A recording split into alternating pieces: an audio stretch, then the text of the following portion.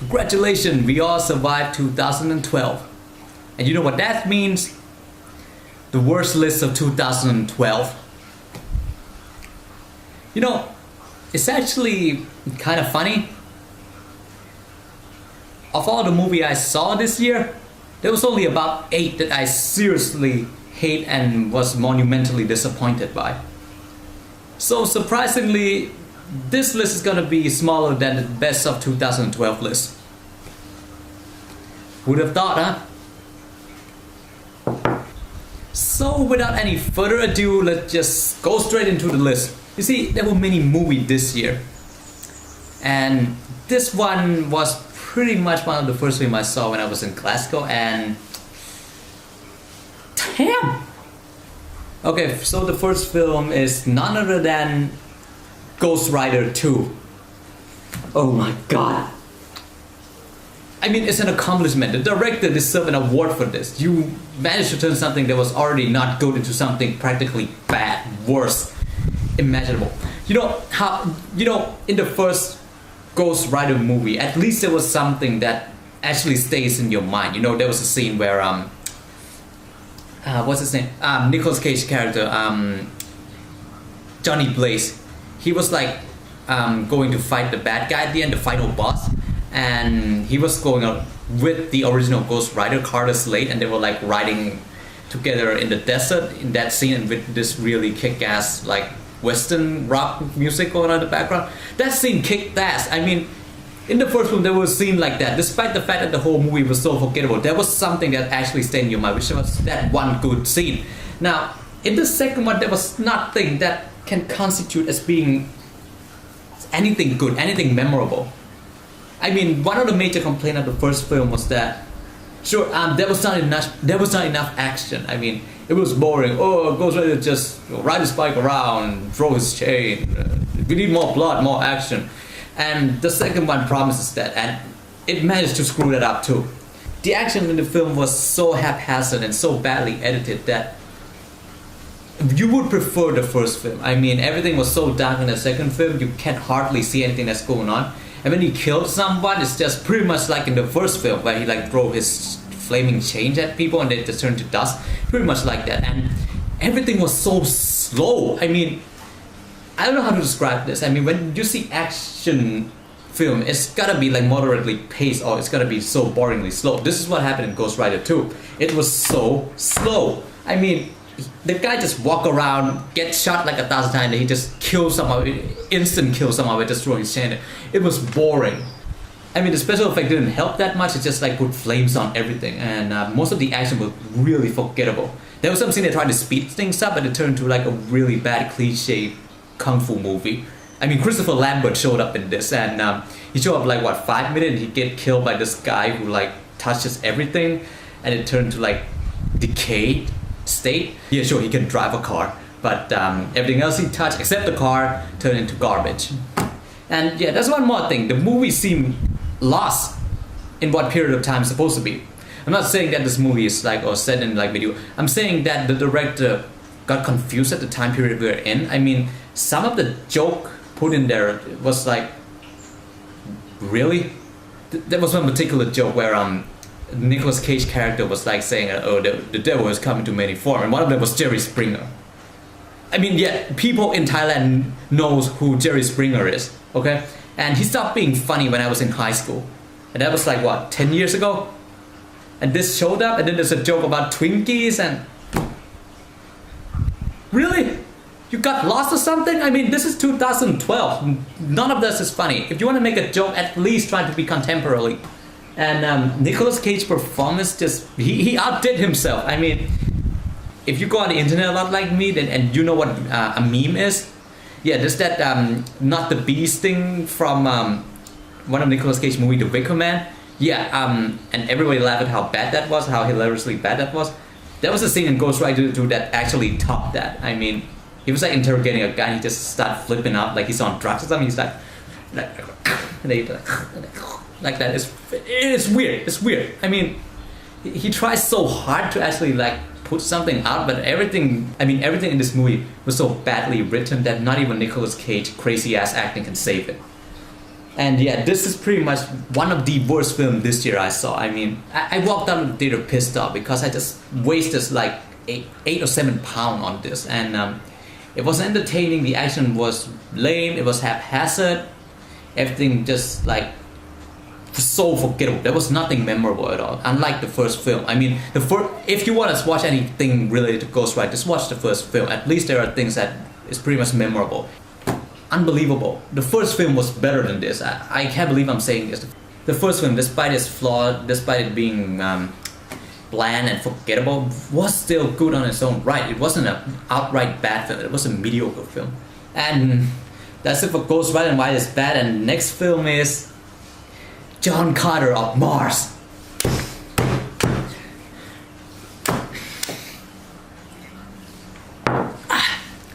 Okay.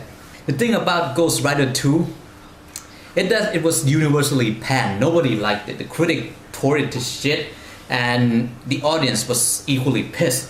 This is what I don't get about John Carter. There were people who actually liked this. There were people who will seriously defend this film. And it isn't even a good film. It was made by Disney. Okay, that was the first sign that this is gonna be messed up. If you saw Pirate of the Caribbean, if you saw the video game film, was it Prince of Persia, then there's nothing new in John Carter at all. The landscape is pretty much the same as Prince of Persia. It's sand all over the place. At least it's more like Nevada, and it's not like the Middle East. That's pretty much it. And they replace all the Middle East people with green alien with forearm and a tusk, which is behave in every way like a Native American. I think that was like the point of the movie. People will defend this because like it was based on this dude called Edgar Rice Burroughs. I don't know how to pronounce his name. And I mean, the adaptation just came out wrong. I mean, now what I heard about this film was that it was a very raunchy, a very violent book, similar to Conan the Barbarian. I'll get to that later. What made this movie so painful to watch was how painfully cliched, how painfully written, and how painfully predictable the entire affair is. So you start off with this John Carter dude who's a cowboy.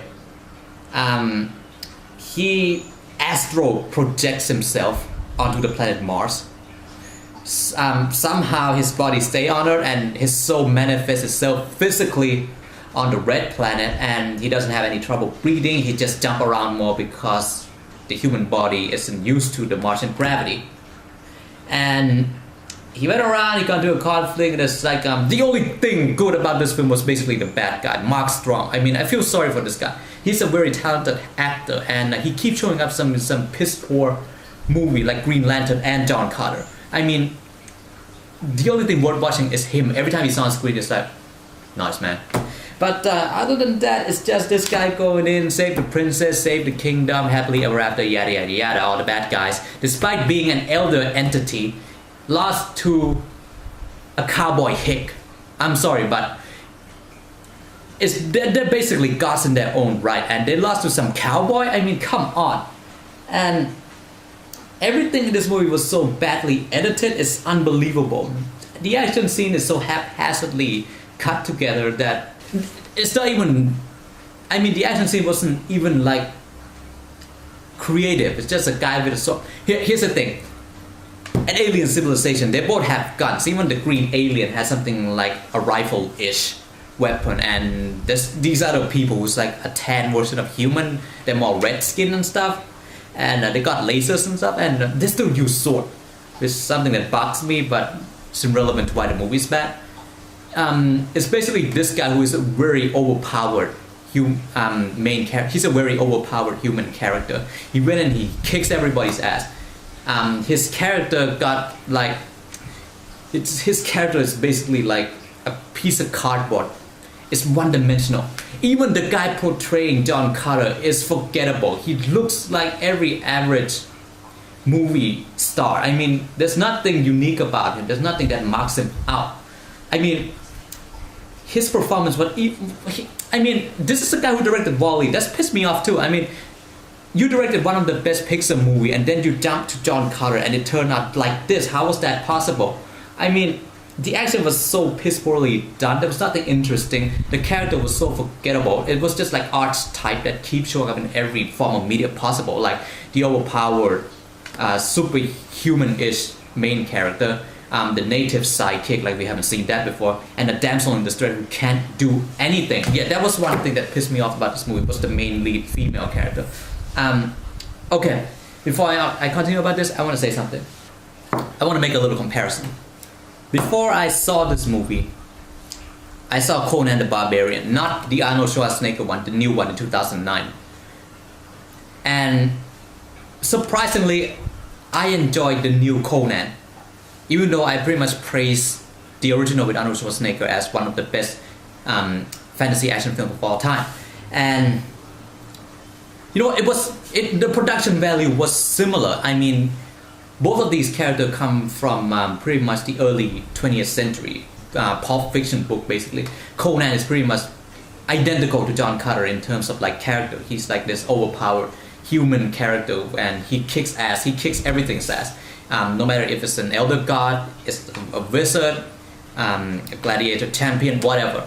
But the execution in Conan was way better than John Carter, and it was way more badly received than John Carter. I mean, you can blame Disney for turning John Carter, which is what I heard is a pretty raunchy, violent book, into like a very kid-friendly PG-13. But that was not the point why this movie was bad. The movie was bad because pretty much bad casting and bad writing. I mean, in the 2009 Conan movie, Conan was portrayed by Jason Momoa.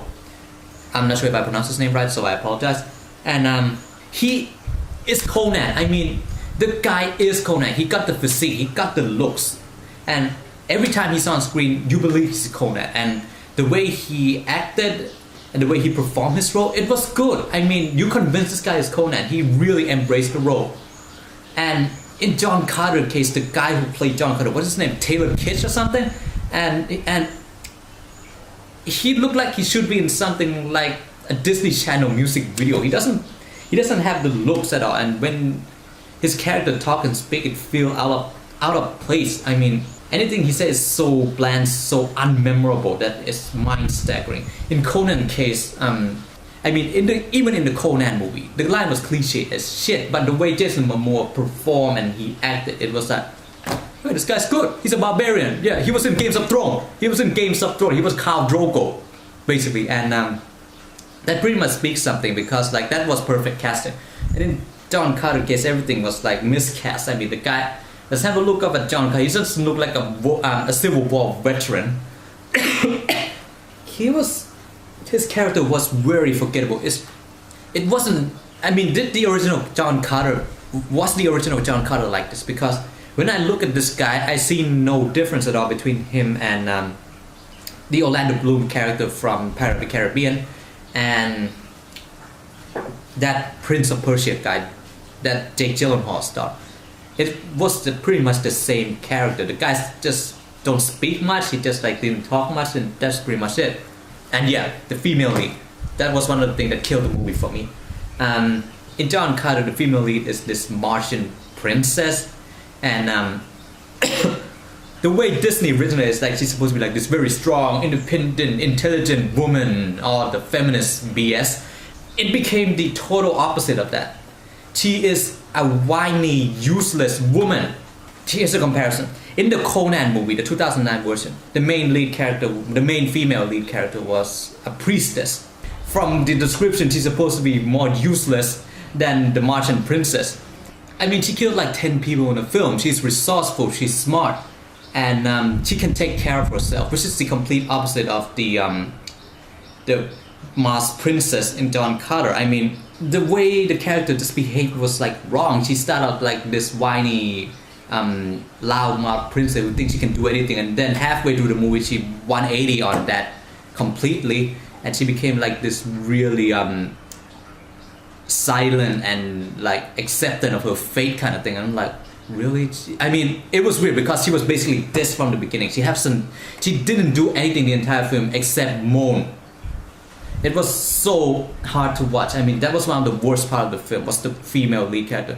Something like, I mean, they took like a feminist to write this. Like she's a strong female character and she doesn't need no man. She can fight. She can't fight. Nothing she do in this movie amounts to anything except being an object for John Carter to rescue. In the Conan case, the woman actually defended herself, go UFC on like one of the bad guy's daughter, and she actually killed people. She used bow. She can run. She can jump. She's smart. She can convince Conan to do this and that, and she isn't afraid of anything.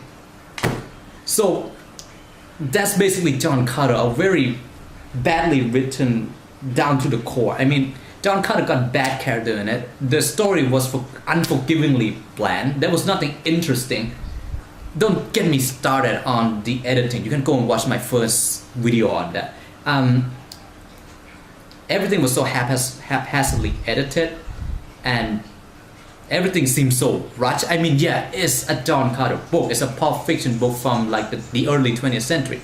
But that's not the excuse. If like both of the Conan movie, both the Jason Momoa version and the Arnold Schwarzenegger version can turn out to something that's actually entertaining, what's your excuse?